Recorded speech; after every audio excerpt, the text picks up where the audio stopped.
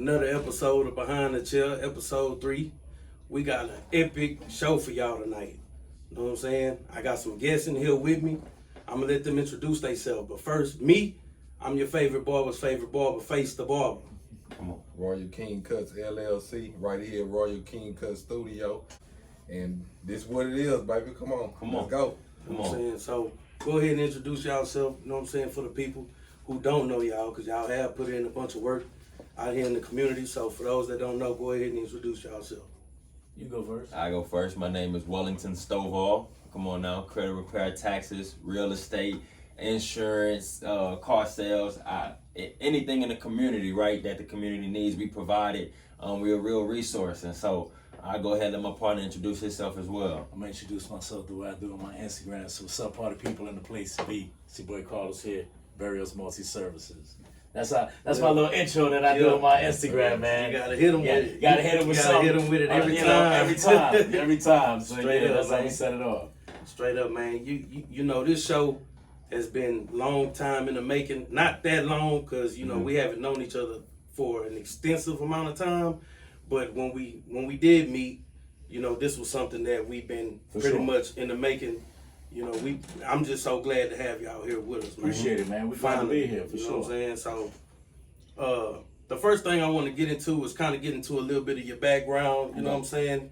So talk to us about your background. From New York, right? Originally, man, I was born and raised Bronx, New York. Yeah. I'm a product of the 80s, the block in the 80s. Yeah. You know? So if anybody knows anything about New York City in that time, it was a rough time to grow up at, man. You know, I did a little time in New York, did some time in Florida, and then I moved here in 2010, man. So I've been here for a minute already. Okay, you've been here since 2010. Yeah. You've been here since 2010, so that's a good 2010. That's a solid 15 years, man. I've been stomping these streets for a He's little minute, man. for real. I've been stomping these streets for a minute. Yeah. Well, it's funny is, you know, for a while I kept telling people, I'm like, well, man, I just got here, you know, I've been, you know, because they hear the accent, they're like, oh, then I turn around and I did the math. I'm like, I just got here. It's been damn near 15 years. I'm here, man. I done caught the language and everything, and I definitely love the city, man. But one thing that they told me about this city, man, you come here on vacation, or you come here and you end up on probation. And leave on probation. And leave on come probation. back on violation. And be put in a fucked up situation. You know what I'm saying? You never heard that? I've never heard that. That's the saying. They say, welcome to Texas. You come here on vacation, you leave on probation, come back on violation. I say, man. To a fucked up situation. Straight up, though. Come on, man. So you originally came, what brought you down south, though? See, when I was in New York, I was looking for quality of life. You know what I'm saying? The South offers way better quality of life. That's one of the things. But mainly, my baby mom's. Okay. She was leaving, and I'm all about my kids, man. I wasn't about to just be one of those fathers that, you know, go once, twice a year. So I said, you know what? I'm gonna just follow you. Yeah. And I'm gonna start a life out here. Yeah. You know, and I moved out here with nothing, no job, no nothing, just a bunch of hookahs. Yeah. And I came out here with 20 hookahs that I had from New York. So I used to be in the hookah business. I ain't know hookahs was even jumping in 2010. back then. So that goes into the story. Yeah.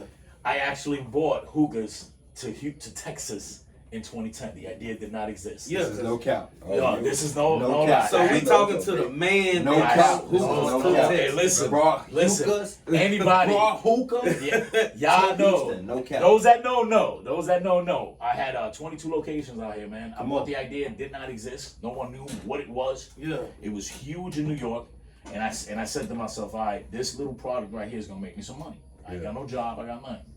I was staying off for 45. I was living in one of those extended hotels. You know, so I stayed there. I didn't have no job. I had nothing. I didn't even have a car. Yeah. So I'm over here calling cabs. I didn't even know Uber, yellow cab, to come scoop me up. And I was taking my little 20 hookahs and just going from like bars, just different locations. Everybody, what the hell is that? That like a bong? No, it's an Arabic hookah, you know, smoking device. Right. I'm like, what the hell is that, man? That shit, look at that out of here. People were saying that.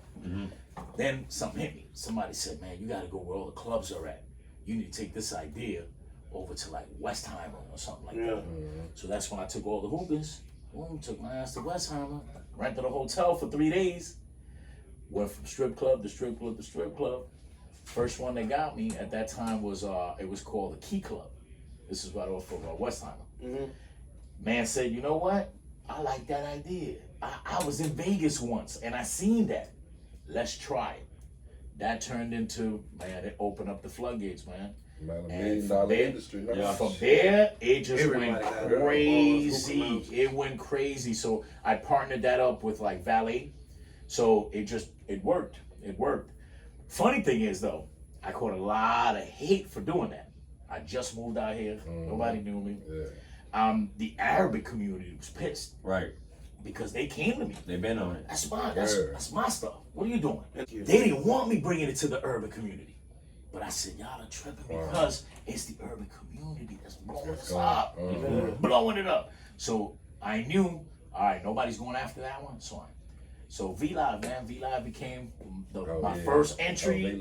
And V-Live blew me up. From V-Live, all the other club, man, every club, man, started lining up because now the idea was hot. And then everybody said, no, I need to have that at my club. And man, that really took off, man. That was the That was the start of, you know, how am I gonna get my name out here? Real big, man. And that I opened up from there. I was able to open up a nightclub, man. I ended up I ended up having I had 2 nightclubs out here. Yeah. And that all came from the hookah business. Was your club was a hookah lounge, I guess? It was it was a hookah lounge. Yeah, it was a About hookah the lounge. experience. Tell us a little bit about the experience. That's crazy. I mean, it was definitely something different, you know. So what I did was I incorporated the hookah lounge style, but with hip hop, and I even incorporated music to go along with it, right? So I had a spot called the Sultan Lounge. It was Houston's first and only erotic hookah lounge, because obviously what I had were I had erotic dancers at my hookah lounge. So it was a little bit different. You know? It was a little bit different. But because of that, it did very well, man. It did very well. A lot of people started to try to take the idea from me. Still haven't done it. As you can see, no one has duplicated the Sultan Lounge. But from that, a lot of my employees, because keep in mind, with 20 locations, I had over 40 people working for me. So in each location, I'll put 2, sometimes even 3 people. Eventually, they started to catch on what I had going on, and they would renegotiate deals with the locations and started taking the locations from me and what have you. So that's when I pivoted from the hookah into the nightclub business and went just full blown. And what I did was I ended up selling at all my locations to each person that worked for me. I just said, before you rob me for it, let's make you a partner. And then what I became was a provider of hookah like equipment for all these people. Because now I don't even want to be the guy, but I'm going to sell you hookahs. I'm going to sell you the shisha. I'm going to show you how to start the business. I'm going to put you on. And I'm going to front you the first items. Because, you know, when you're from the block, you get to learn a couple things, you know? So I learned how to take something, you know, and if I can get it on a wholesale and I can push it out on a retail, let's get ahead and make it happen. And, you know, still to this day, there's still a couple of folks that used to work for me that now have blown it up with the hookah thing, man. And I've seen them. And hey, man, this guy, you know, he put me on. So it's a good feeling, man, to see that it flourished. And I look over to see there's not one place out here. But I can sit back. Proud and be like, man, I really put this together. And that's no bullshit. That's no cap. Like, this is something y'all can really look it up, man. The idea wasn't awesome. crazy. That's dope, bro. And it was dope, man. It was a good run. It was definitely a good run. But with good comes bad. Because a lot of money was being made, but also a lot of eyes. A lot of robbery. You know, and Houston's a different place. I'm from New York, man, but it's gully out here. They be sleep. It's really gully out here. So, you know, the nightclub industry, I was in the after hour business. And anything that, you know, Everything goes after hours. freaks come out at night. Everything goes after hours. So, you know, the unfortunate part was, you know, that as great as it was, that industry also landed me in prison. You know what I'm saying? And because of That's that. how you. Yeah, that that industry landed me in some trouble, man. And I made some mistakes in my life by allowing the nightlife to take over and get the big head. Sometimes we get the big head, and I got the big head for a little while, man. But that's basically it, man. Now from coming home, that's when I went away. As I'm in there just reflecting on everything. That's when I realized, man, okay, I'm in my 40s now. Hold on, we not there yet. Hold on, we gonna get there. Hold on, we gonna get there. We gonna get there. Yeah. So, but that's crazy, bro. I ain't know. No, for real. A lot of people don't know that. I mean, a lot of people do know. A lot of people don't know. Yeah, that's because, cold. like I tell him, I'm the guy that a bunch of people know. Come on, But a bunch of people don't know. know. You know what I'm saying? that they know. That they know. Because a lot of people be like, yo, wait, oh, wait, I do know. Everybody, you, yeah. Oh, wait, you know. When I start to drop a couple names, because I don't look like the guy that people know. Yeah. But I made a little noise, man. I've definitely made a little noise in the nightclub business. A lot of people knew me out here for what I brought to the table as far as the hookah and nightclub thing, man. So when you came out here with the dollar and the dream, with the hookahs and stuff like that, would you say getting your foot in the door, did you have a team behind you, or was this just all off your muscle? By myself. Come on, man. By myself. That's cold, bro. And you know how I carried all the hookahs, man? In a suitcase. Because I had no way to carry them. I didn't have a car on that. I had a suitcase. So I would put them all in a suitcase, nice and organized. But now I just look like I had a suitcase. And I wear a suit because I knew that they would take me serious if I wore a suit. Yeah. And I wanted to do something different. I didn't want to be the little crazy looking hookah guy. Yeah. I wanted to come in and bring make it professional, bring a business to it. Yeah. So that's what really, really did it, man. Was they saw that, and again, obviously, I'm a salesman, man. I'm a seller. I started promoting each location. So I had 22 locations. So I became the promoter of each location because since we're doing the hookahs, I needed to guarantee that my hookahs are being sold. I wasn't gonna wait for y'all promoters. So I started. That's how I went into the nightclub business. The grind in. Yeah, that's it. So I started. I'm selling bottles. I'm making sure customers are coming in. Now I'm filling up tables. Yeah. Because I'm trying to guarantee. I want you, the owner, to be like, nah, we need you here. Yeah. You're helping. You're driving business to my bar. You're driving sales. Yeah, we want you to have run of this, man. And that's what helped quite a bit. But it also helped me create a following. Yeah. Because now I'm at 22 different clubs, bars, nightclubs, whatever the case be, after hour. Go do that. Hey, I'm about to open up a club. Oh man, you the guy that been doing all of this at all the spots. Yeah, we're gonna come check you out, man. So yeah, it worked out, man. That's amazing, bro. It definitely worked out. That's amazing. I admire that, man. I appreciate it, man. That's cold, bro. I didn't know that about you. You know what I'm saying? That's a cold fact. You know what I'm saying? I like that. Appreciate it, man. Appreciate it. Many times you came in here. Yeah, we didn't know that part of the That's That's a fun fact. That's a fun fact, man. Yeah.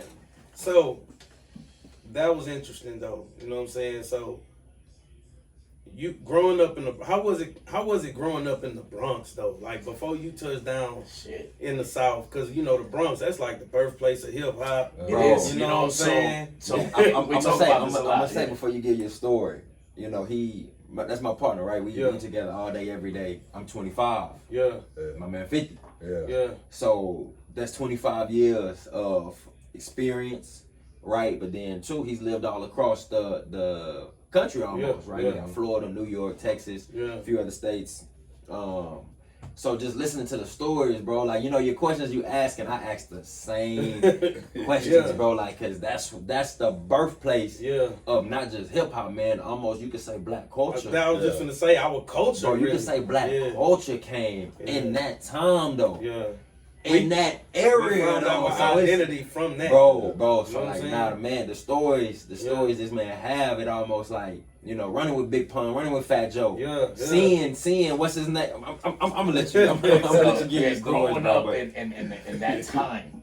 The greatest part of it was I got to watch hip hop, and I got to watch it. I got the I was a breakdancer. I was a part of the culture. 9 years old, man. I'm graffiti. I'm hitting walls. We doing. We're part of everything. And I got to watch the artists because at that time you weren't an artist. You're a guy from the block. Yeah. So to see KRS, to see all these guys, We just seen them. I'm from Castle Hill, from the same. I'm from we buildings close to where they lived at. You know, so this was a normal thing to watch it become because we didn't know. Keep in mind, we didn't know what was gonna happen. Yeah. These just cats in the block rapping. Yeah. So to watch it evolve from that and become what it's become. And knowing that I was at the block watching. I'm right there, bopping my head, going, "Yo, this is crazy. That's that sound." We beatboxing. We banging on the tables.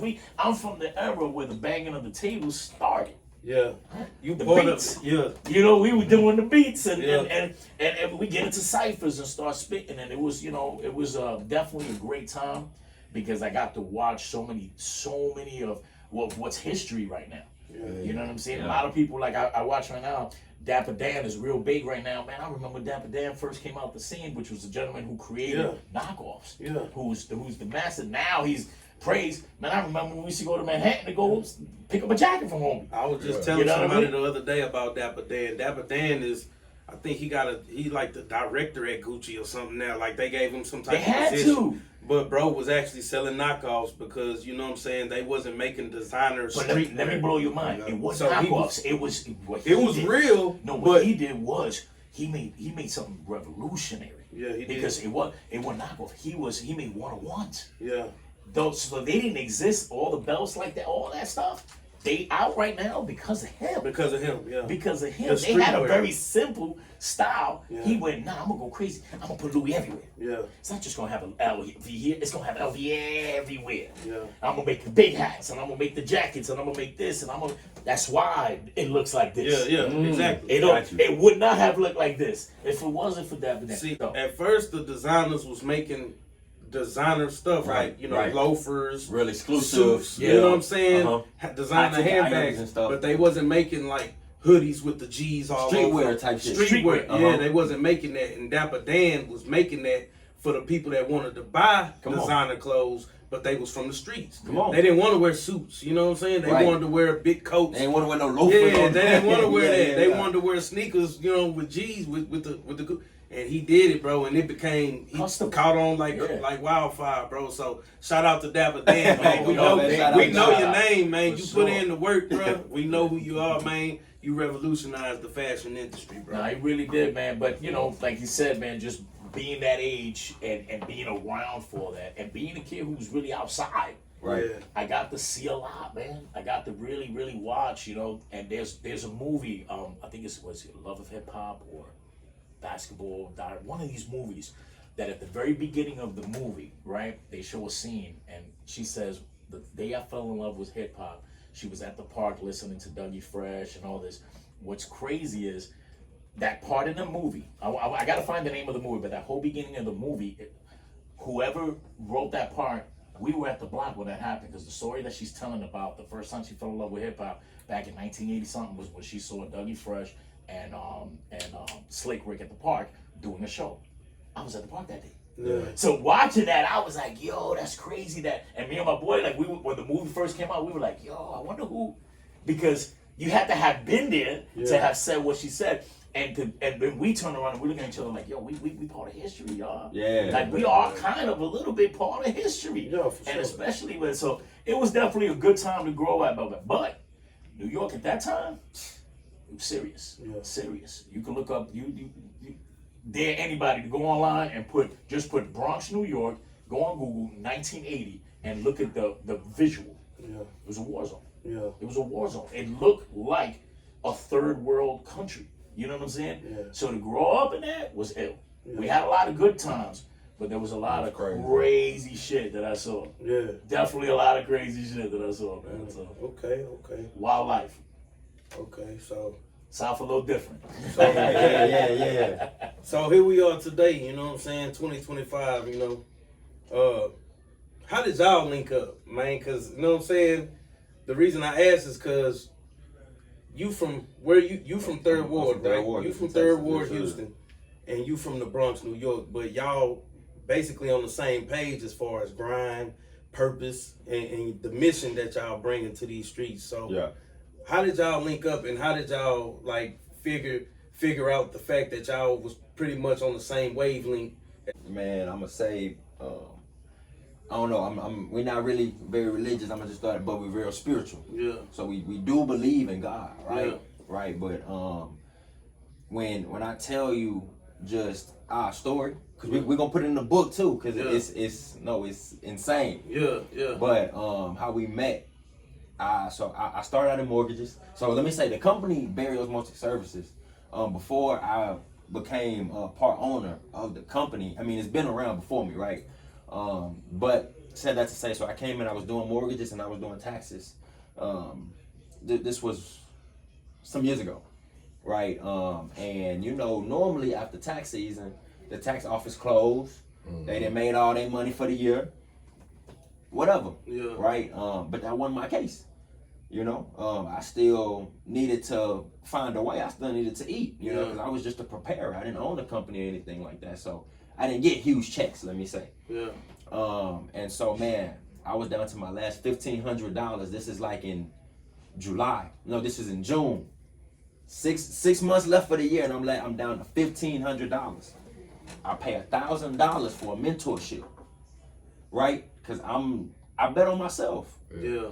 I bet on myself. I know if anybody gonna get me out of my situation is me. So before you finish, what year would you say that was, maybe? Man, Roughly.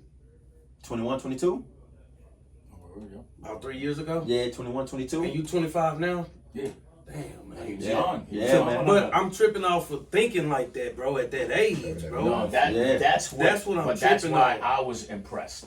Yeah. Because I'm from the mortgage business, right? Yeah. So when I got to ask him questions. Mm-hmm. So we were at a dinner, and it was his last day in It the was the last day mentorship for the program. mentorship. Okay, yeah. So his mentor invited me because Okay. we know each other, and he's like, man, I want you to just come in and meet these guys and talk to them, man. You know, Yeah. talk to them about what you got going on. So I show up to the dinner, we get to talking. He's sitting across, and he's sitting all the way across from me. When he said, "Oh, I do mortgages," I used to do mortgages too, you know. And I got to ask him a few questions. So I said, "Man, come sit next to me." So he sat around, and we're in a big table. Everybody's all on talking. Big round table. From there, everyone's getting ready to leave, and then we made a decision to go to the Post Oak Hotel. Post Oak Hotel. There was only 4 of us. Only for now, everybody's leaving, so I'm like, you come on, man, I want to talk to you a little bit more. Yeah. Now, I'm feeling what you know what I'm saying? Yeah. The brain. We talking, and I'm extracting information, and I'm listening. I'm like, man, mortgages. This young man did the taxes. He's hungry for that. Yeah. And I tell him, I said, man, tomorrow I want to meet with you. Outside of this, me and you just need to meet. He ain't left my side ever since. Dang. Divine time. We Divine locked God, in. divine Man, time. And we locked in so hard. We talk about alignment all the time. Me Bro, and my bro, right? bro. The alignment is so crazy because to see somebody 25 years younger than me For real, bro. taking the identical path that I took 25 years ago. Yeah. And then I told him, I was like, yo, you're a diamond that needs to be polished. I know what you need. You just need the roadmap. Yeah. So I said, okay, do I hire him or do I partner with him? Because I already knew. I was like, nah, this is a boss in the making. Yeah. I was like, so there's no hiring this young man because he'll just like what I got going on and leave. Yeah. I need to make him a part of what I got going on. And when he came to me, he said, I got $500 in my pocket. $500. I'll let you finish for that. the year though, like, you know what I mean? Like that's all I have for the year, for the rest of the No, but year. tell the whole part of that. And Not so, just the 500. okay. So let me say after we met, right? Stayed together. I'm gonna touch on October 6th a little bit. Yeah. So October 6th for both of us. Now, when you talk about divine timing, man, that's how I know we at where we supposed to be. So we both had a super traumatic experience in our lives on October 6th at the same exact time. Damn. Come, bro. When I say I'm not gonna touch on his story, I'm gonna touch on mine. Yeah. I was on the way to one of my buddies' crib. That's why I don't drink no more. I was drinking and driving. I got into an accident, right? No, luckily, thank God nobody was injured, right? But one of my tires ended up coming off. I was pinning. I thought I'm thinking it's gonna get bad for me, right? I come, caught white as snow, pull up. I'm in Pearland, Yeah. right? So I'm thinking, I mean, you know, when you in finance, any type of DWI, anything like that can derail your whole career. That man told me, he looked at me, he was like, because you passed all my tests and I know that you still have your mental faculties, I'm not gonna take you to jail, right? But before the cop came, I'm texting Carlos, I'm calling Carlos, I'm like, cause at the time I'm thinking, I'm finna go in, who can I call? Yeah, you need to get your ducks in a row. Who can I'm texting Carlos, I'm calling Carlos. I didn't know at that same exact time, he was having his life moment. Yeah. You know what I'm saying? Yeah. We come out, I think the next day, right? The next night we get together. I'm like, damn, bro, like what's going I was on? blowing you up, you was blowing me up, what happened? We blowing each other up, cause, bro, the same night. So the next day we get together, I'm telling him, man, fuck, this what happened with me. He's telling, this what happened to you, this what happened to me. Blah, blah, blah, blah. But when you, and we'll go more into detail, you know, but just when God's speaking to you. Nah, for sure. You know when God's speaking to you, right? So I'm gonna say when we came together, that was God, right? That was him seeing if I trusted myself enough and what he put into me enough to take that leap of faith, right? And spend that $1,000 for us to conjoin and get together. And so when I look at October 6th and what happened and how we got to this point together, that was God putting a hard stop in both of our lives for something that was not beneficial for us. And it happened a month and a half after we really locked in. That's the early stop. He said, I see where y'all going. Let me cut the BS off right now. Yeah. Because you can't take it with you where you finna go. Yeah. You know? Nah, I seen that. Yeah. And so I said, bet, but let me tell you, so I told you I had $500, right, for the rest of the year. I want you to know the next month, I made more than I ever made in my life. Yeah. And then the next month after that, more than that month. Yeah. Then the next month after that, more than that. Then the next month after that, I can say right now, I make more than my mama, my daddy, my brother. You can name them. Yeah. Right? But it's because I locked in, and it's because I trusted myself, though. Yeah. You know what I mean? And let me say, I trusted the teachings of Carlos. And Yeah. The man came to me with no car. I lived with him for 3 months. So I said, look, this is what we're going to do. Mind you, I didn't even know him like that. Come on, man. I knew him like that. Yeah. I said, this is what I'm going to do, because this is the only way this is going to work. Yeah. This is the real. I'm going to put you on or something. And if you do 100% of this, the outcome's going to be crazy. But you got to do 100%. He goes, I got, what I got to do? What else? Yeah. What else I got? I got no place to live right now. Student. And I don't have a car. For real. Not like he was homeless. Obviously, he could have went to mom's or whatever. Yeah. But he's like, yo, I'm stuck like Chuck right now. Yeah. And I said, bet. This man was in my living room for 90 days. Because that's what I tell everybody. All it takes is 90 days to lock in. Yeah. But you got to really lock in 18 hours a day. Lock in 7 days a week. And if you really follow one course until successful, which is what FOCUS stands for, and if you do that, then the outcome. 90 days later, man went from not having a place to living in a mid-rise to the same day, and we have videos of this, that he got the apartment, furnished it, brand new boxes are being opened. None. Everything ordered and get delivered. And we have a video of all of this, of that happening. And purchased 2 vehicles, cash, Okay. with the titles in hand. This was all done within less than 4 months of us getting together. Because I said, there's a grind. And if you really apply your fucking every minute of the day towards the goal at hand, there's no way. We can't lose. We can't lose, man. Man, that shit cold. You know, and it took 18-hour days. I'm gonna say, you know, that's why when I look at, age, that don't really matter. It don't matter, right? But that's why when I look and I look at the world, you know, I'm a regular guy. Yeah. You know what? I ain't had shit. Yeah. You don't go live on nobody's couch because you got everything in the world. Yeah. You know what I mean? You do that because circumstances force you into these positions. You know what I mean? But so that to say, man, because I know I'm not better than nobody. I'm not smarter than nobody. I'm not, you know what I'm saying? I'm not anything, but I just followed one course until successful. And I gotta believe, bro, I'm willing to stake existence for the fulfillment of this vision I got in here. Yeah. And so no matter what that take, if we don't eat today, if we don't eat tomorrow, if we don't sleep today or don't sleep tomorrow, it gotta get done. Yeah. But that's how I know that being successful is inevitable for anybody if you're willing to put in the work. Yes. It's You know what you inevitable though. You know what you did though? You went all in on yourself, bro. That's it. That's it. And that's a lot. That small detail right there, the fact that you was willing to go, you had $1,500 to your name and you spent over half of that Invested. on investing into your knowledge, bro, and investing into your mentorship.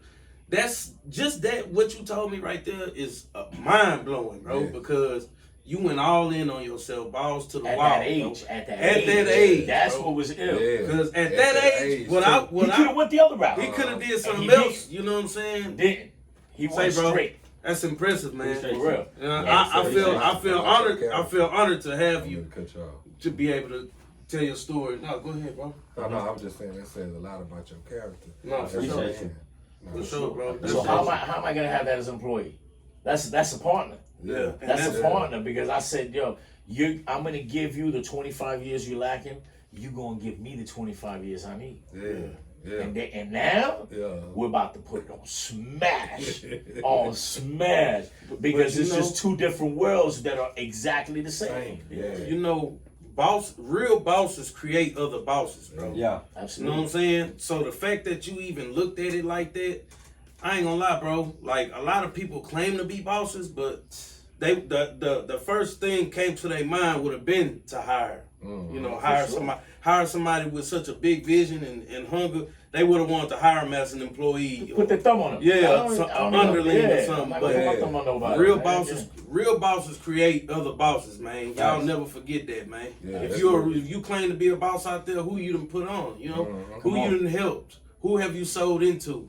You know what I'm saying? So that's amazing, bro. Man, Yeah, it is. real talk. Very I was lucky inspirational. enough, man, to be around a lot of the right men. Yeah. You know what I'm saying? Man. And not my pops. I didn't have pops. Pops passed away, overdose when I was 18. You know what I'm saying? So it definitely wasn't pops. But I got to watch, and I was hungry for that. And a lot of men indirectly came into my life. Even guys from the block, even guys from even when I was locked up. You just get to, I'm in tune with people, man. So I would listen. Can learn from anybody. And that's one thing, man, that I'm so glad that I had that, and that's why I said if I acquired, even if it's a little bit of knowledge, man, how am I not gonna push it forward? Yeah. You get what I'm saying? See, I went in with no high school diploma. I got all that. I got my GED inside. Yeah. And at 40 years old, you know what I'm saying? I went to Lone Star through that too. All that I did inside. So it's not like I was intelligent as far as like that. I had a hunger and I was slick with it, and I knew what I was going after, and I know that there's strength in numbers. Yeah. You know what I'm saying? Yeah. That being number one ain't shit, man. You know what I'm saying? First, you got to know how to lead. You got to know how to follow. Yeah, And I facts. followed for a long time, and I followed good leaders. Yeah. You know, and I took a little bit from this to a little bit from that one, a little bit from that, from movies. From wherever I can extract as much, and then I knew the kind of character and person I wanted to be. Yeah. Not that I was this person all the time. Oh, we all bullshit motherfuckers at one point. Yeah. But then you grow up, Yeah. and then you realize, I need to key in, and I'm a father. Yeah. So now, I got people watching me. Not, I got a lot of people watching me, man, and I'm accountable for them. Yeah. So I had to, show and prove. And I wanted to also, man, I wanted to give whatever skill level I had or lacked. I want to push it out because when you spit it out to people, man, people gonna bring something to the table. Yeah. Like I said, and he's 25 years younger than me, yet he's taught me a bunch. Yeah. Cause it don't matter how the age, and that's why age ain't nothing but a number, man. Because it's all about life experiences. This 25-year-old young man, which at the time was 23, was living like more 40, 50-year-olds that I know. Yeah. On his age gift, the man has a life insurance policy. Yeah. The man has a life insurance policy. He's 25 years old. How many 25-year-olds you know Not that many. they themselves Not many. went to go get a life insurance policy? Not because mom's got it. But nah, he understood it. We spoke about it. I let him know this is important. He said, bet, let me research. And he researched for months. He didn't just go, tell me where and I'll go get it. Nah, because that's another thing. He's his own man. Yeah. You know what I'm saying? So he researched. And he didn't go with the policy I told him. He went to go, hey, that's how you learn. Yeah. Boom. And now he can consider himself a productive member of society. Taking all the steps that are on the checkoff list to be that guy, to be him. Yeah. Right. That's what Really you got be to him. be him. There's a checkoff list. For real. So, you know what I'm saying? And I'm proud of him, man. I'm proud of him to the fullest, man. Yes, sir. So, okay, so you mentioned something. You said being on BS at one point, which we all were, you know what I'm saying? And like you say, being on the inside, we've all probably seen the inside of a jail cell at some point, you know what I'm saying? So, having been inside, what would you say was the turning point for you in as far as when you decided to change course and get into, you know, this, what you pushing now? So, I'm going to tell you, 701, when it's time for court, yeah, I don't know if y'all remember that. If Yeah, y'all, for sure. when that hallway of nothing but orange, and you seen just so many men, you know what I'm saying? When everybody's about to get shipped out, when they getting ready to go, and the bluebirds come, all that. Yeah. And when you just see that massive amount of human beings being cattled, Yeah. because you know that, we was Yeah. being cattled. And the way they would, that treatment of really truly treating us like pieces of meat. Mm-hmm. And I looked around and I said, the problem with America is look where all the guys are. They're right here, right here. They're right here, right now. They're here. That's why these girls are bugging, because the daddy in here, he's in here right now. Yeah, your baby daddy, he's in here right now. Yeah. And look at all these guys in here right now who all just, man, a lot of men just made stupid mistakes. Yeah. A lot of these just nothing but just dudes in here, man. And that right there, when I said I'm never gonna be in this situation again. And it wasn't until Butt Naked Gurney. Yeah, Butt Naked Gurney will do it to you. Yeah. You know, to go. So let me explain what Butt Naked Gurney means, man. Butt Naked Gurney is one of the transfer units that before you get ready to get shipped out, you're gonna make a pit stop there. They call it Butt Naked Gurney because at any given moment, a guard's gonna tell you to get butt naked Get out of them. in front of everybody. Yeah. In front of everybody at any given moment. So that kind of treatment and embarrassment. And I said, no, men shouldn't have to deal with none of this, man. They really should not have to deal with this. So that's when I started to key in the flies. Come on, man. Yeah. The food. Yeah. To have your food be completely full of flies on top, man, and that be okay.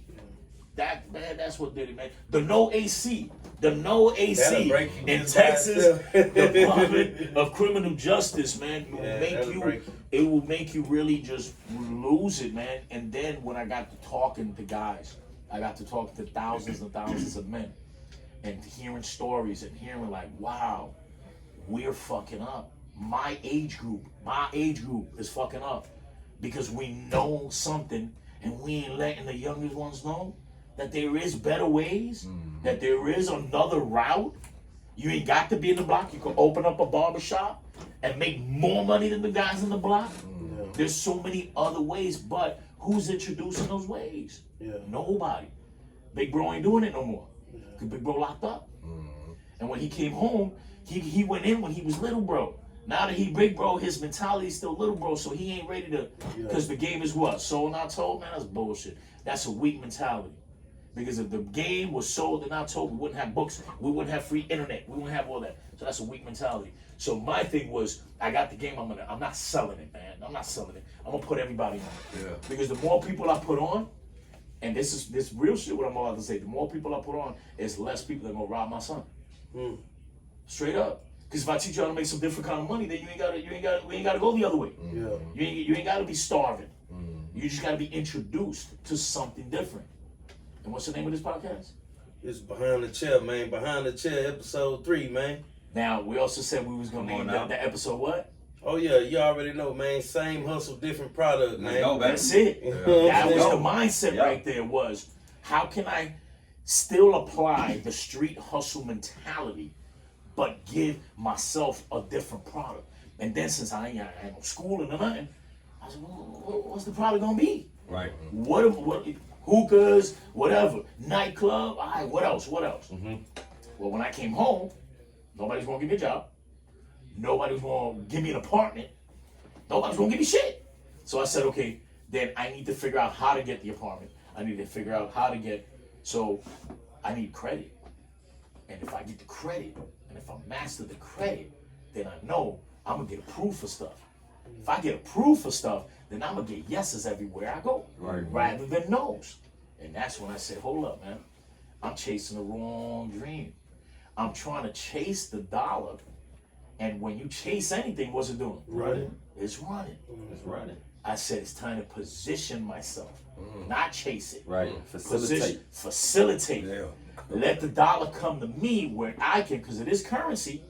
It's gotta moving. flow. It gotta flow. That's a cold ass. It gotta It's flow. currency. It gotta flow Somewhere. somewhere. You know what I mean? So gotta how flow do somewhere. it has to flow. So how can I be in charge of the flow, but also flow, make it flow other ways? You get what Position I'm the saying? flow. And ride it like a fucking wave. Yeah. You know what I'm saying? So I said, all right, I need to get an apartment. So why don't I get into the finding apartment business?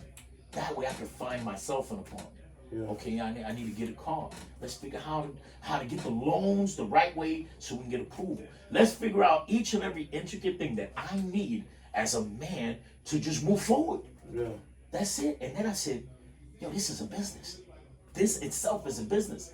How can I teach others how to 100% get this shit together? That's really what this all came about. So when I first came home, all the guys that I was locked up with, man, come see me. I'm gonna show you how to get your credit right. I'm gonna show you how to find the apartment, and I'm gonna show you how to take it to the. But how am I gonna do that? I ain't got no job. All right, let's hustle. Let's figure it out.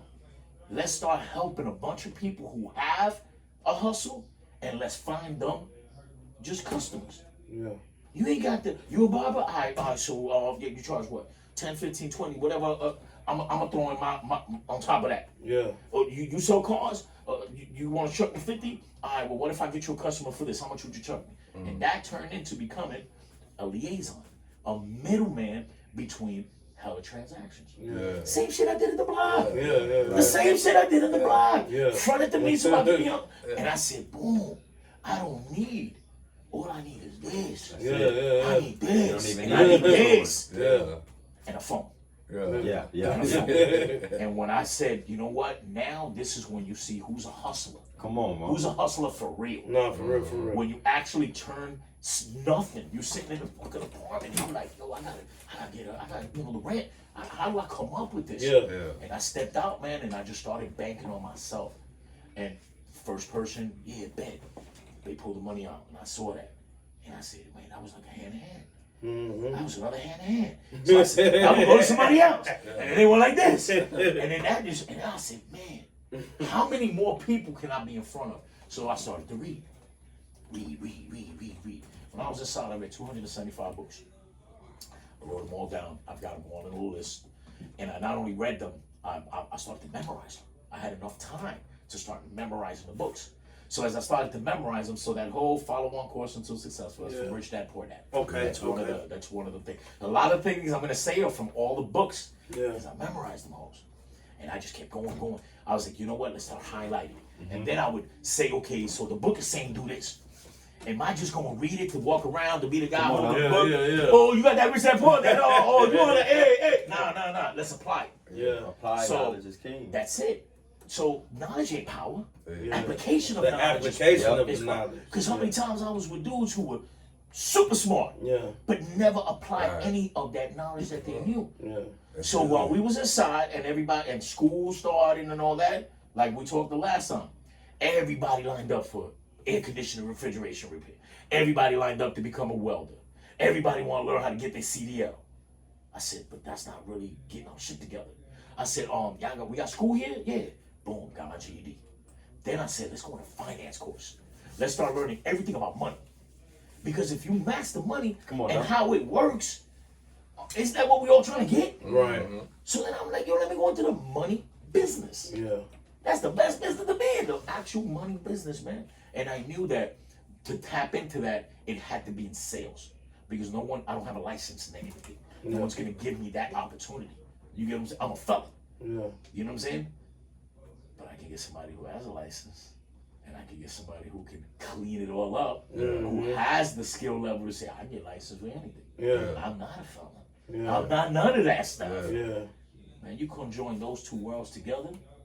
Y'all on the same wavelength, but y'all come from different backgrounds, and y'all just putting it together and, and forming, you know what I'm saying, something powerful, bro. That's How old are you? I'm 39. I'm 37. So you remember Voltron? Yeah. Come on now. So this is the lions. Yeah. All the lions, Yeah. the 5 lions got together and they created the big ass lion. Yeah. And that big ass Voltron took care of shit.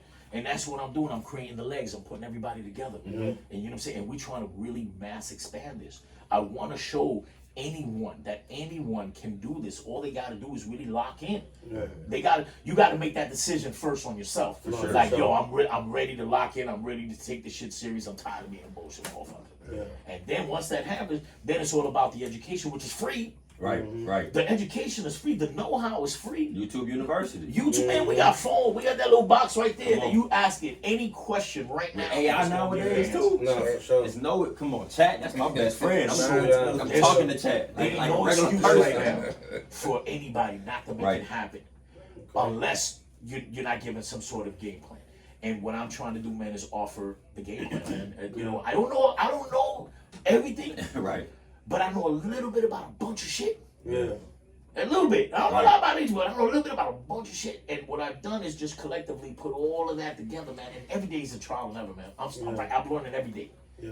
Definitely not no expert Still. in business. Right. Definitely not no expert in business. But what I am is an expert is in time.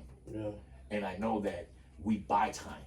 And that's what I'm trying to do because I've been wasting it. Yeah. I wasted it. Now I gotta earn it. Yeah. So how do I earn that bitch back? And the way to do that, man, is by apply knowledge, man. And just switch it, but work smarter, not harder. Yeah, fact. You get what I'm saying? And I knew that if I chased the credit game, I can borrow without having to worry about work. Yeah. So where some people will work all year to make that 100,000, I go to the bank and borrow. Yeah. I go to the bank and borrow it. Yeah. You know what I mean? At any given moment, when I need 100,000, I can walk right into a lending institution, Yeah. and I don't have to wait 12 months of working for it. Yeah. All I have to do is sign mine and give them my little 9 digits. Yeah.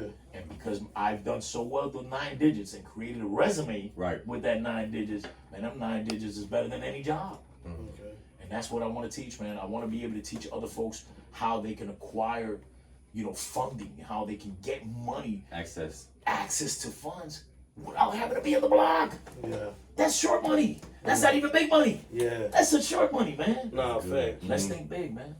All right, that's what's up, bro. That's inspirational though, bro. I ain't gonna even lie. I So, appreciate it, man. moving on though. So that brings us to my next point. You know what I'm saying? The ABCs of finance. Okay. Talk to us about the ABCs of finance, and what's the mission statement behind it? What's the purpose? What's the goal and the mission behind the ABCs of finance? Okay. So I'm gonna say, so we know the age difference, right? The geographical upbringing difference. Yeah. But when we talk, we have a lot of similarities, right? Yeah. And I would say the miseducation that we did not receive. Okay. Which would be this financial literacy, right? Yeah. He's from the Bronx, New York, in the 70s, 80s.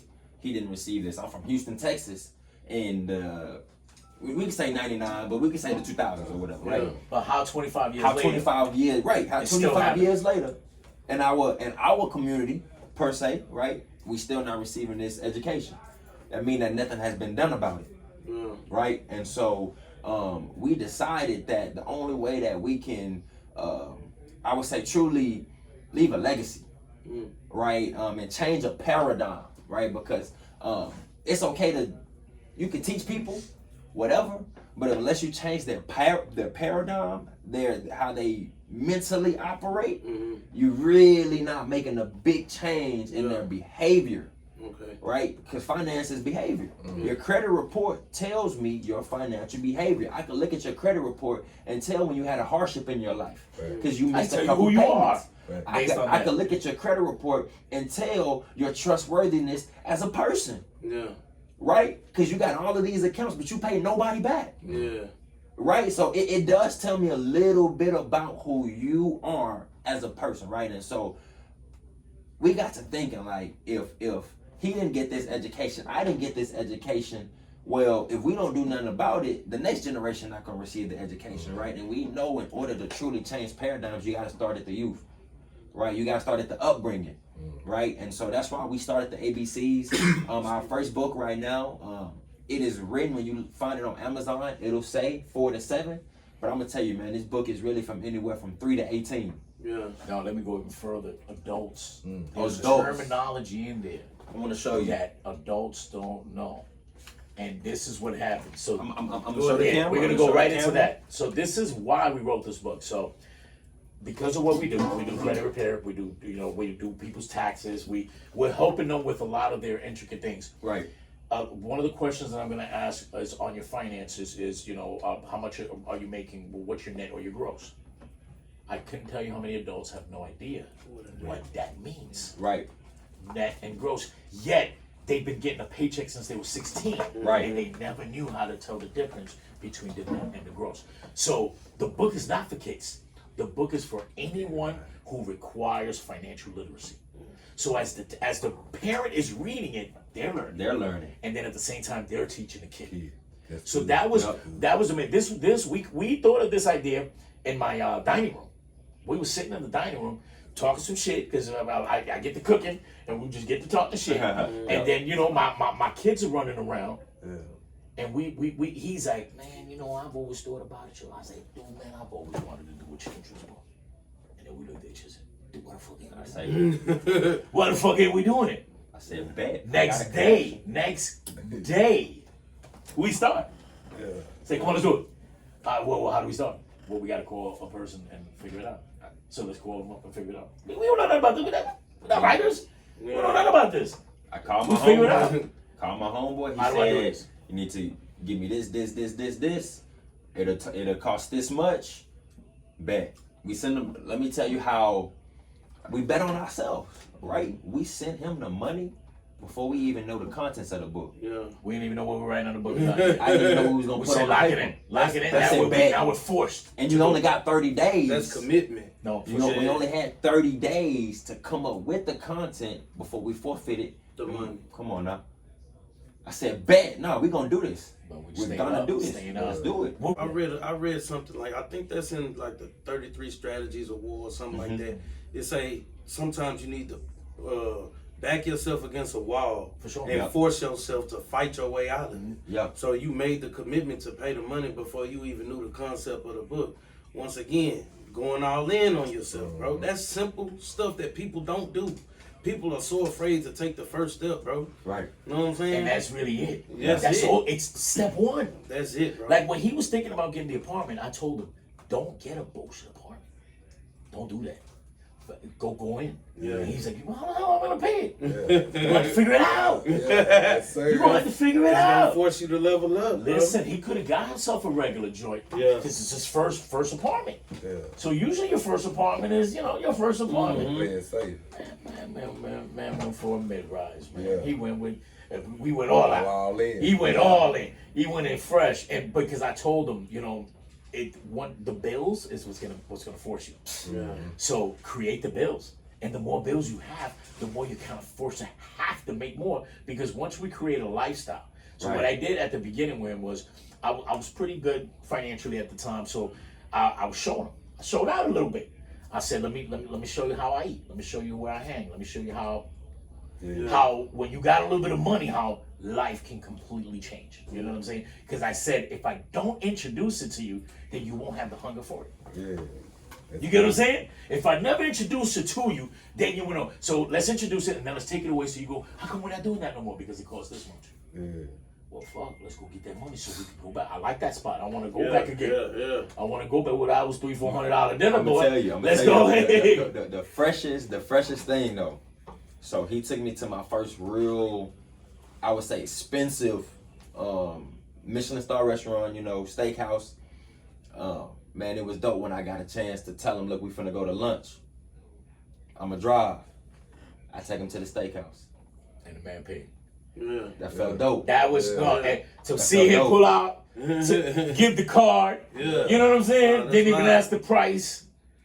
Like, yeah. And then we take our asses to Yeah. Neiman Marcus. Come on. Nah, for real. Okay. Now you showing up. He take the Neiman Marcus. And we got videos of all of Yeah. this, man, where this man, like he said, for the first time ever, man, he done went into these shops and bought designer for the first time ever. He done went into these places because I said, if we don't get a taste of the finer things, then what are we gonna measure to? What are we chasing? Yeah. What are we chasing? You know what I'm saying? You gotta get a taste of what that good life is to know what you want. Right. Nah, for real, bro. Because if not, then we stay. A lot of us, man, especially where I grew up. See, you get institutionalized. You get a 5-mile radius where these folks don't ever. We call them lifers. You know, live in the same spot, work in the same spot. Too afraid to do anything more because they too afraid to lose it. Yeah. So they not gonna go in. They're not going. Man, I don't want that. Why would I want? I'm not paying no $300 for no steak. Yeah. Well, you know what? The day that I made the decision that I do want to pay, because I wanted to see what it felt like to do it. Right. Yeah. And I tell you what, that was the best steak I ever had in my life. Yeah. And then I said, oh shit is different. Yeah. Shit is really different on treat this me- side. that- The treat me water's different. different. That's like people that say, oh, man, you say, oh, I want a Benz or something, and they be like, well, you know them foreign cars is hard to maintain. maintenance. Yeah, Man, yeah, oh, yeah, you yeah, stupid. yeah, I yeah, would yeah, never do that. Yeah. Why would you do that? And you could go get you a. Yeah, the oil change Yeah, is yeah, yeah. $150. Oh, he dumb. Yeah, He dumb. yeah. I knew that. Oh, man, But like you say, I want it. I want to do want it just to see how it feel to whip that mug. You know what I'm saying? And it wasn't until I found myself being in circles of folks that I never thought I would be around. Yeah. You know, and not just that. When I got around them, I was like, I was afraid to be around y'all for no reason. I'ma say, for no I have to reason. cut you off. This man really, I would say that right there that he just said, man, turn me up so much. Yeah. Turn me up so much, right? Because when you in these rooms, when you on the outside looking in, you like, man, they got so much money, they this, that, da, da, da, da, da. And then you sitting right here next to him and you shaking his hand, you having a conversation, and you realize that he is so human. You feel me? No, what's so human to the fact that the pedestal you putting him on, he putting you on that same pedestal Yeah. For real. for different reasons. Yeah. You know what I'm saying? It made me think about that J. Cole song when he say, I look up to you, but then you looking up to me. Yeah. But when you come from, I ain't gonna say I just come from nothing, but Yeah. you know what I mean? Like, Yeah. come on now, sharing clothes with my brother, like, fighting if you get a stain on them jeans or something, 'cause I gotta wear them tomorrow type of thing, you know? Yeah. And then you step in the room and then it's like, oh no, they treated me like I could really buy this yacht right now. Yeah. Like when I went to the Fort Lauderdale boat week, they really treated me like I'm finna buy this yacht. You know what I mean? I got invited to the Rolls Royce event. They really treating us like, I'm not saying that we are like that, because we really are that person. That's why they invited us. Yeah. You know what I'm saying? But it just made it so much easier to step in with confidence in every room that we go to, because when I step in, now I know everybody I'm talking to is a human being. I'm not talking to the executive of whatever. I'm not talking to the owner of 5 of whatever. I'm talking to John Smith. I'm talking to Cynthia Boyd. Yeah. You know what I mean? So I can come like even Wellington playing field at Stovall. that point. Yeah, Now it's an yeah. even It's an playing even field. playing Show field. up as yourself. I can show up as myself. I can get this. I can Yup, attain this. Yup. And so, man, I'm gonna say that right there too has allowed me to be, I would say, ahead of some of my peers, right? And just some aspects, not in the tangible, but just mentally. Yeah. You know what I mean? Being 25, but walking into like real rooms, you know, like let me say we on a committee, we doing an event. It's at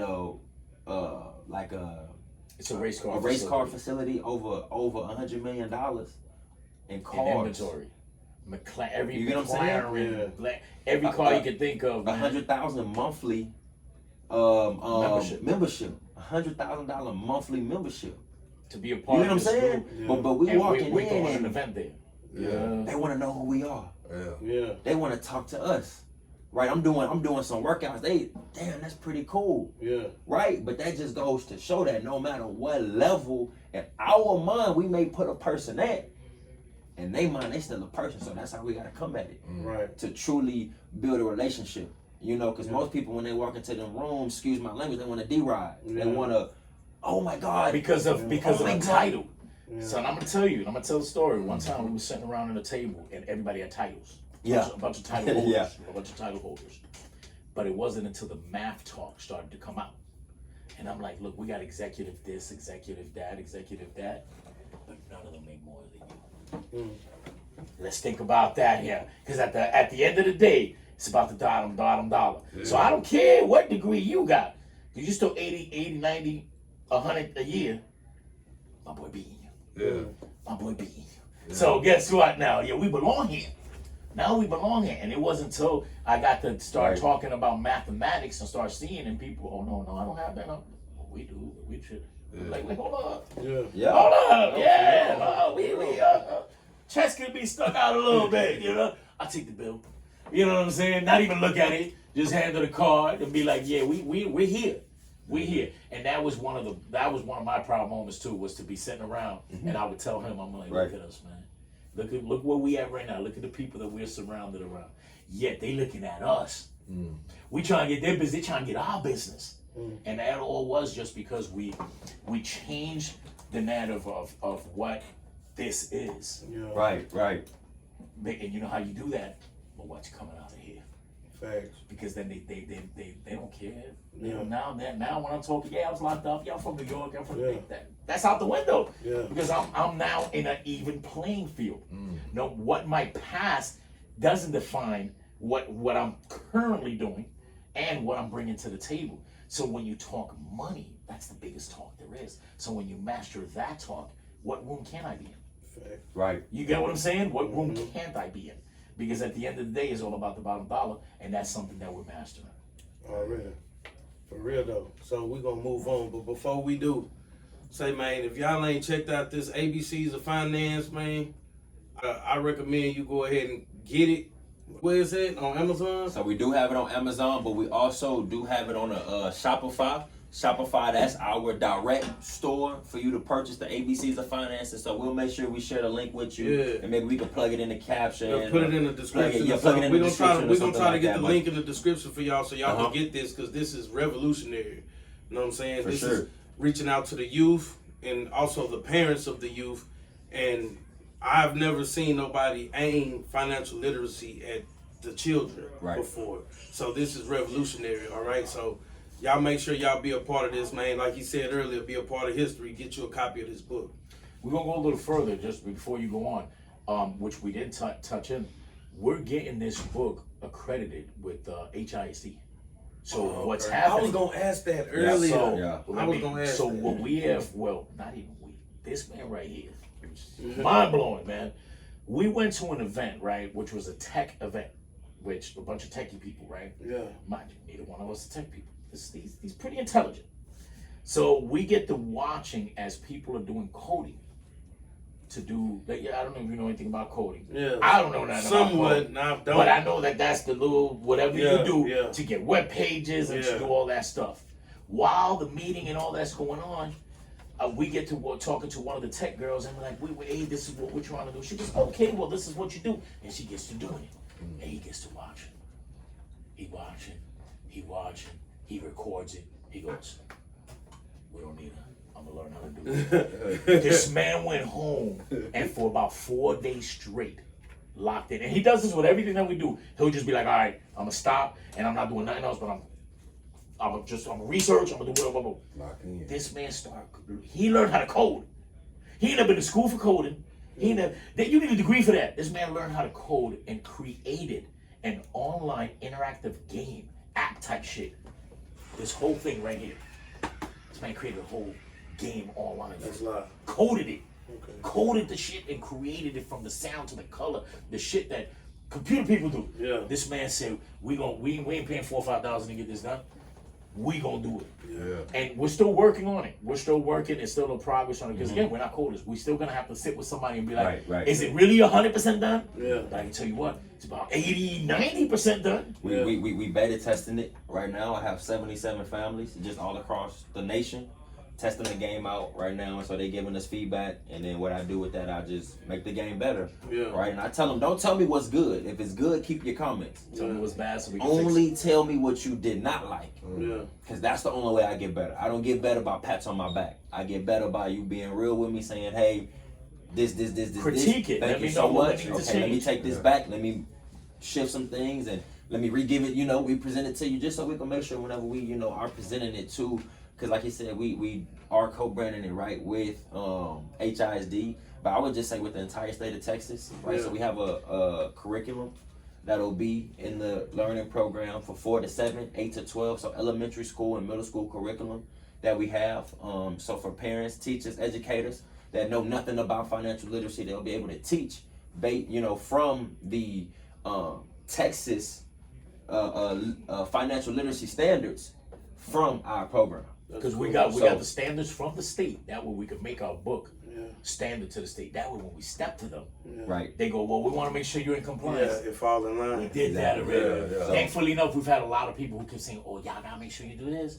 Okay, but the book's changed like 5 times. Right. Because every time somebody else, because again, we don't know nothing about this. We're new to this. We just said bet. Let's do it. Let's do it. So I don't want to call it a game. It's an interactive learning program.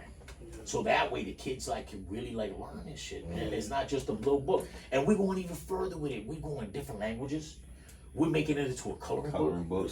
We're doing a YouTube entire cartoon. Okay. With each letter A, B, and it's gonna be a whole cartoon. And so that way kids can memorize all this, and they can identify assets, identify what things through the app and all that, man. So we really taking this to another level. Yeah. And to tap in a little bit more of that. It wasn't just for the children. I'm being a little vain here. We wanted online money. Yeah. I want to know how it feels to wake up and look at a computer and go, but they don't order 300 copies. Yeah. They don't order 1,000 Yeah. copies. Yeah. They don't order it. And I want to see how Rich Dad, Poor Dad, if y'all ever read the book, if y'all ever looked at his story, the man, he never wrote anything in his life, yet he was a bestseller. He said, look, I'm not the best writing author. I'm the best selling author. Yeah. And that's what I was like, That's you know super what? important. The man sold millions of copies at whatever dollar amount. I think we could do that. No. I know we can do that. It's just a matter of when. Yeah. And the goal here is not to sell the book. The goal is to give it away. But I need somebody to buy it for us to be able to give it away. So we're trying to go after the right people who have the funds to donate it, so I can get 10,000 copies, and I could go to the third ward. I could go all these places and go here because you need it. Here because I know you can't buy it. That's really what we're trying to do with that. Because that to me, that's the gift. It's selling it, that's cool, man. We'll make some money on it. That's love. There's a lot of people that can't afford it, but there's more that can't, and that's who we want this book to have. Yeah. I need our people to have that book, so we can make better informed decisions as we get older. So y'all check us out. Come on now. For sure, check them out, man. We putting our stamp on them. We vouch for them. Know what I'm saying? And we amazed at what they doing and the line they pushing out here in the community, man. So, I want to go over this real quick before I get to my last point. But, on Behind the Chair, everybody know, all our viewers know that we believe in giving back. You know what I'm saying? So it's from my understanding, I know you help people who might have a felony or something on their record. And talk to us about giving helping brothers and sisters that may need a second chance. Absolutely. And how you help them. And we do, like you said, brothers and sisters. We have a young lady that came home, and a lot of guys that go away don't realize that they also have females with them. And sometimes they get caught up in these same situations. Facts. And just the same way he can't get the apartment and he can't get the job, She she's in that same identical situation. So the great thing about the finance and the field that we're in is that gender has nothing to do with it, man. Everybody needs this. You get what I'm saying? So the same way I can help a man, I can help a woman.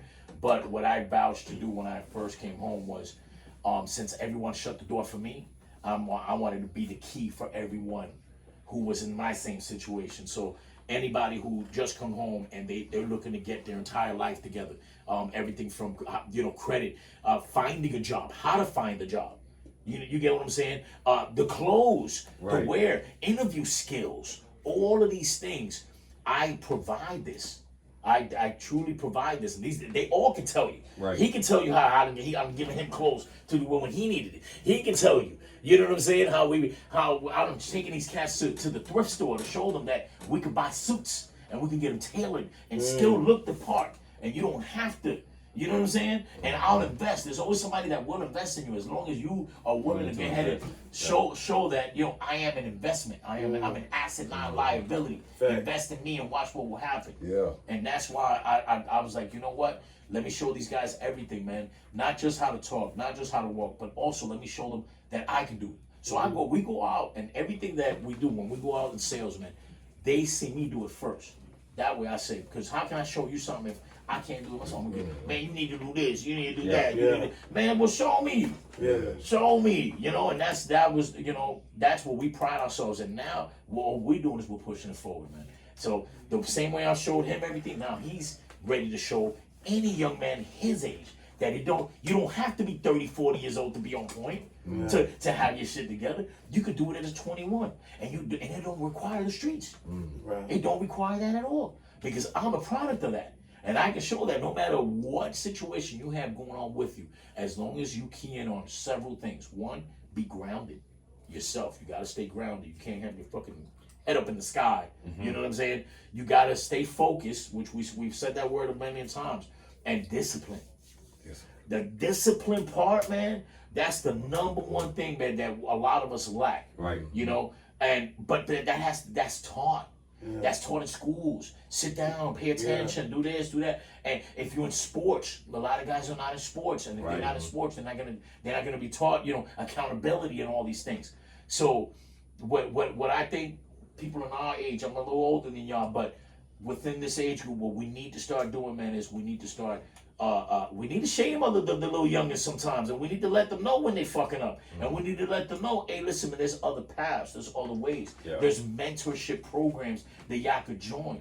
You know what I'm saying? If I was y'all, I'd be doing the haircut to teach cats how to cut. The schooling. Man, we gonna do a school for kids who wanna learn how to cut hair. That way, when you coming out the gate and you're in high school, you ain't gotta worry about how you're gonna pay for your sport things. And you ain't gotta ask for mom. We're gonna put it together. You know what I mean? You ain't gotta ask for mom. Now you done learned you a hustle. And then these people might turn around and as they get older, come work for you. You know what I'm saying? And then you teach them how to open up their own barbershop.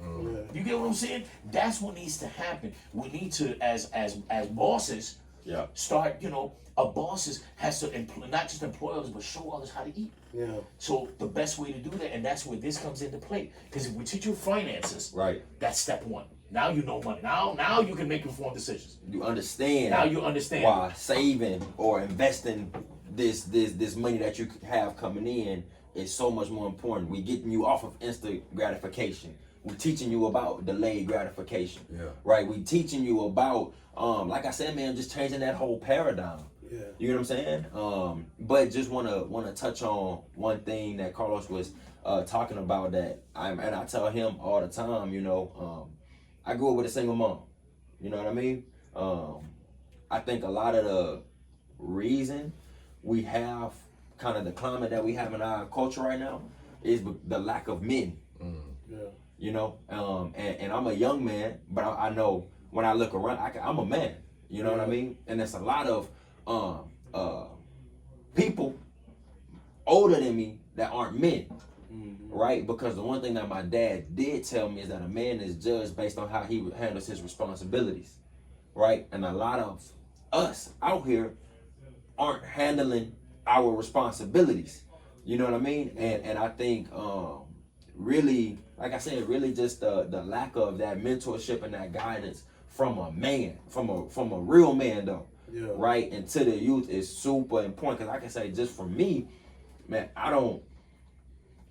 he 50, I'm 25. It's a reason we could roll together in the same car all day, because the mental is there. Age, like you say, ain't got nothing to do with it. It's about what we talking about. We're not talking about Michael Jordan and LeBron James. We're not talking about who rap better, Jay-Z. We ain't talking about Kanye, freak offs. We don't care about none of that. Straight up, bro. We ain't talking about none of that. If you trying to come talk to us and about that, we're gonna look at you like, I don't even know what you're talking about, bro. Yeah. You asking us about a TV show. I'm gonna tell you I don't watch TV. He gonna tell you he don't watch TV. No, for real. Yeah. You get what I'm saying? Like, we don't know what you talking about. Yeah. But if you want to talk about this, you want to talk about something productive, you want to talk about how can we build and grow together, that's all day. No, facts. That's all day. And I think a lot of that, I know a lot of that is being missed. Just like I say, when I think about myself, right, from where my mentality was when I'm younger, I know I'm still young, but younger versus to where it is now, I can say that's a big part of the reason, right? Because I have real men in my life to show me how a man is supposed to conduct himself. Right. No, for real. That's strong statements, man. For real. Yeah, I'm gonna say something that's actually kind of funny. We were at and this is how the mentality has changed of a 25-year-old. We were at a supermarket, right? Not a regular supermarket. We happened to just go to this off-the-wall supermarket. This man looked at olive oil and knew the price that is regularly at H-E-B and got excited because he found olive oil for way cheaper. The type of shit that as a grown man, you go, oh, damn, I paid $17 for this. This shit is $10 olive oil. But I laughed at the day because he bought it. And I said, man, you better not tell none of your boys that you over here buying olive oil. You're 25 years old, talking about olive oil, but it goes to show where the head mind is at. Yeah. He's thinking about, because he buys the food that he cooks. Mm-hmm. He cooks it. He ain't going to all the moms. He's a cultivator. Yeah, you know what I'm saying? This man is cooking at home. He buying ingredients. And so while we out, he has a man mentality. Yeah. Because a child ain't thinking about olive oil and the cost of that.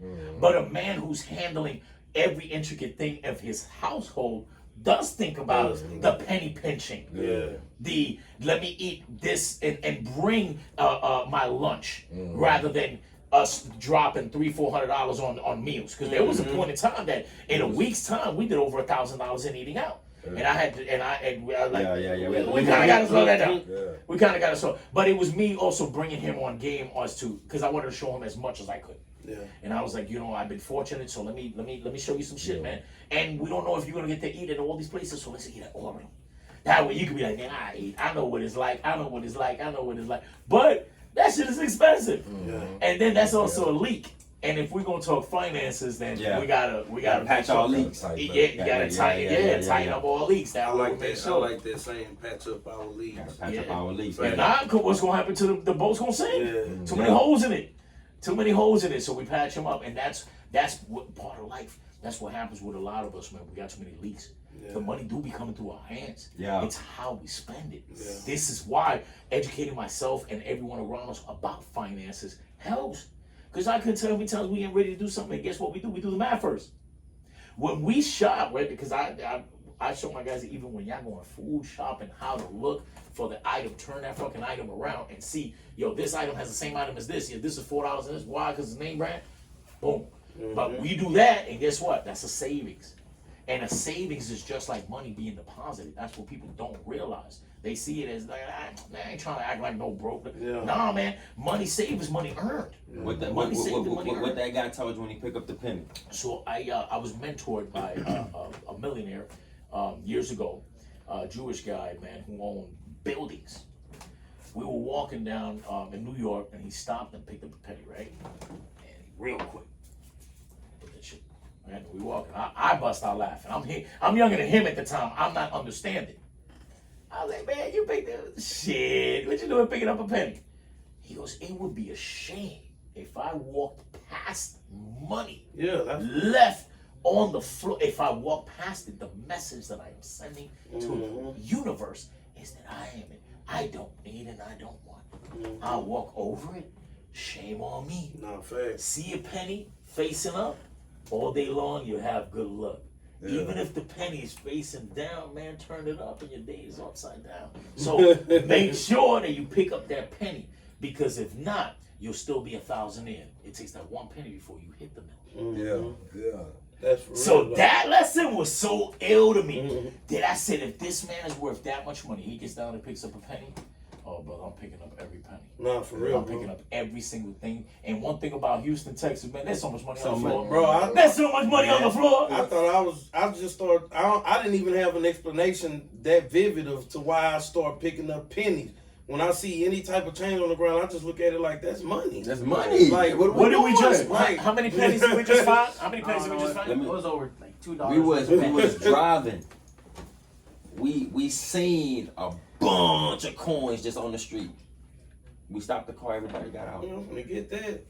Damn right. We gave it away. But Because this what happened after I know, because I see money. I looked at it. And then I looked. I said, "Oh, that had to have been a homeless person dropped it. Oh, They dropped their shit, Okay. so we're gonna pick it up. And we're gonna bless somebody. We're gonna give it Give it to to him. another Give it to somebody, right? You know what I'm saying? But Let's fill up this the hat. This hat message right here got was- filled up with all that coin. the message was, look, green lights passing, they honking their horn. Come on, bro, we gotta get all hands on deck right quick. No, for real. Everybody jump out the car. We grabbing this money. We're not passing up We no grabbing money. this money. How many Okay. pass Give us a drive by penny. that? Man, that'd be a sin. No, real And talk. if you do that, then I'm gonna always leave money on the table. Yep. Here we are out here chasing after the almighty dollar, and this right here on the ground, and we On the passing ground, it. and you gonna pass it? I ain't never been Man, too good. that's the Never been too good. That's the Nah, that's the for wrong real. message. For real. I'll sure. take that home and put it in my jar. Come on. I got plenty of Right. jars. Yeah. Bro, I got that big water jug. What? That Yeah, 5 gallon, yeah, that 5 gallon 5 water boy, jar, man. bro. Full of that shit. They man. sleep on that, man. For real. for real. Millionaire shit, man. Yeah, for real. But I'm okay, so usually what we do, you know what I'm saying, is to wrap up the show, we do final thoughts. You know what I'm saying? But we're gonna do it a little different tonight. All right. I'm gonna ask each one of y'all the same question. You know what I'm saying? And you know, y'all give y'all answer, you know what I'm saying? And that's how we gonna leave them with this. You know what I'm saying? 'Cause it's gonna be food. It's gonna be food on their brain. All right. So I'm gonna ask each one of y'all, do you ever feel tired or discouraged? And if so, how do you manage to keep yourself going? All right, so I have right now, currently, a torn rotator cuff, and I've got my vertebrae right here. So I've had to go to surgery this week. Okay. Damn. I haven't, because I had to come here, I had to do things, I had to keep going. I know that that's gonna take a while. Tired. We've been up since what time is it right now? We've been together since 8 this morning. Since 8 o'clock this morning. Do I feel tired and do I want to give them every single day? But then I sit back and I always reflect on the past and where I was and what could have been. And that's one of the number one motivations. But more than anything is I wanted to be that. I saw a sign once that said, be that rich, eccentric relative you always wish you had. And ever since I saw that, I always said, damn, there's somebody got to be the one. You gotta be somebody. Somebody got to be the one. So when I'm tired and when I'm all that, I still go, shit, man, I got 5 babies. I said that I'm going to be this, and I'm not going to go back on that. So, yeah, Man, I'll leave you with that. that's cold. That's cold, You man. know what I mean? And somebody gotta do it, man. Somebody got to If do it, man. ain't nobody changed the trajectory yet, it's gotta be me. You know what I'm saying? Facts. And the family got the one, and I you know, society and everything, you chose me to be the one. Right. You know, No, the for black real. sheep going to turn out to be the, you know, man. the only Silver sheep. spoon. You know, so yeah. That's, How about that's you? what's up. Definitely. I get tired. Get frustrated. You get discouraged? Get discouraged for sure, because with what we do, yes, we add tremendous value, right? But at the end of the day, this is still sales, right? As a business owner, and so you can put your best foot forward every single day, right? And you're making a deposit, but it doesn't always come out monetary. you know, and we like to tie success to monetary gain, right? And so when you go as hard as we go, right? Like I said, we've been together since 8 this morning. Not every day is gonna turn out to you even making money. So for sure, it's like, man, we worked 16 hours this whole week and made this amount of, you know what I'm saying? But one thing that keeps me going, that I would say, is touching on that one thing that my father told me.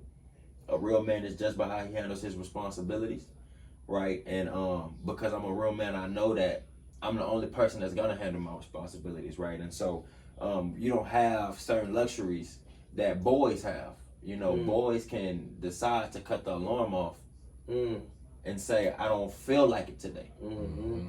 A man cannot cut that alarm off, because you cut that alarm off, somebody gonna cut your lights off. No, man, preach, man. Facts. Yeah. Well, when you're liable for people, it's a different And then two, these are my guys, right? I'm responsible for them. So not only am I when I turn the alarm off, right, in the metaphor that we gonna run with, not only am I saying, hey, F my bills, I'm saying F they bills. You get what I'm saying? Yeah. So now it's not just me that I'm thinking about when I wake up. It's bigger than me. It's bigger than me. I'm thinking about Eddie. I'm thinking about Gianni. I'm thinking about Bless, Brian. You know what I mean? Some of our other guys. Joanne, she's in the Philippines right now. That's one of our employees. Right? She's told us from our employment, now she's able to buy a home, house, and a car from us employing her. I would be the most selfish human being on earth if I turn that alarm clock off, knowing my responsibilities, and that she gotta really furnish that house now. So we gotta make sure she furnishes that house. Really depend on. You know. Yeah. And so, man, we real selfless people, and so I would say just to bring it all back, man. I be feeling all that. Like, man, sometimes I'm gonna be real. Sometimes I would ask myself, did I make the right choice? But starting on this journey, how can I articulate this the right way, man? I sometimes I ask myself, you know, because I started on my journey super early. And me and Eddie, we was talking about this yesterday, right? To get to this point, you gotta be super disciplined, super focused. Greatness is boring. I chose to do the super boring things at an early age, which means throughout my life, I'm gonna be doing the boring shit, right? But it's gonna get me to where I wanna be. But it's still the mundane, boring things that get you to greatness. Yeah. And so sometimes I do ask myself, like, damn, I started super early, you know? Yeah. And then I say, hell fucking yeah. I say, hell fucking yeah. Yeah. Let's go. Let's fucking go. Yeah, for real. You know what I'm saying? Man, I done been homeless. I ain't stopped this shit. Yeah. Man, that's literally the lowest, you know what I'm saying? That's everybody's fear of going to that rock bottom. And the fact I've been to that rock bottom so early, and I have not climbed my way, I punched my way out. Come on, man, you can't tell me nothing. So I'm gonna say, bro, come on, man, it's all off the... Straight off the muscle. Come on, man. We're gonna end it like that, man. Let's keep that fire lit inside, sure. man. You gotta keep that hunger going, man. Damn, I appreciate y'all for riding out with us tonight, man. This was really real shit, man. Too, man. Definitely, man. Y'all can change lives, man. We try, man. We try, y'all. Man, that's episode 3 of Behind the Chair, man. Y'all get with us next time, man. Come on, baby. It's your favorite barber's favorite barber, Face the Barber. Is it okay, man, if we get our guys in here too for the last wrap up? Come on, man. We gotta give shout outs, man. Let them introduce themselves, man. Introduce yourself, Eddie. My name is Eddie Alfaro. You know what I'm saying? I recently met Carlos Berrios because I wanted to improve my life, my lifestyle, myself. I didn't know where to go. I looked on Instagram, credit repair, come with Carlos. He's my mentor now. It's one of the best decisions I ever made in my life. Already, bro. Come on, baby. Yes, sir. Come on, baby. Introduce yourself, G. He's sleeping. Yeah. Hi, my name's Gianni. Actually, I've known Carlos for about 3 years. You know, Carlos, my mom works for the biggest title company in America, Capital Title And this man so happened to be in the same office, and he approached my mom, and ever since from then, I've known Carlos, but I just started doing this about the same time as Eddie. And it's all Come on, Yeah. you just introducing yourself. Nah, baby. he But- passionate about it, you know what I'm He love it, saying? man. I love it. That- he love the game, man. So you know what I'm saying? It's your favorite barber's favorite barber, Face the Barber, man. Y'all tune in. Got my And I'm gonna just close out saying, appreciate you, Carlos and Wellington, man. No, I learned a lot, man. Y'all were making me get emotional. Learned a lot from y'all fellas, man. Appreciate y'all, man, for dropping them gems, man. Mhm. Real, y'all make sure y'all go get this book, man. This a great book. Thank you, man. Thank you. We really appreciate you. I mean, we appreciate the support too, man. And we hope to do this again, man. Yeah, Yes, we sir. gonna Definitely. man. We Yeah. definitely got more. We definitely got more to cultivate and bring forth to the people, man. So, you know what I'm saying? We tapped in. We locked in with y'all. Y'all locked in with us, and we gonna keep it pushing, man. We gonna go hard. Yeah. You know what I'm saying? Y'all inspire us. Y'all inspire us. Y'all inspire the people. We gonna keep pushing, bro. Let's do it. So this been episode 3, man. Y'all tune in. Get with us, man. See you next time, baby. Peace. See you next time.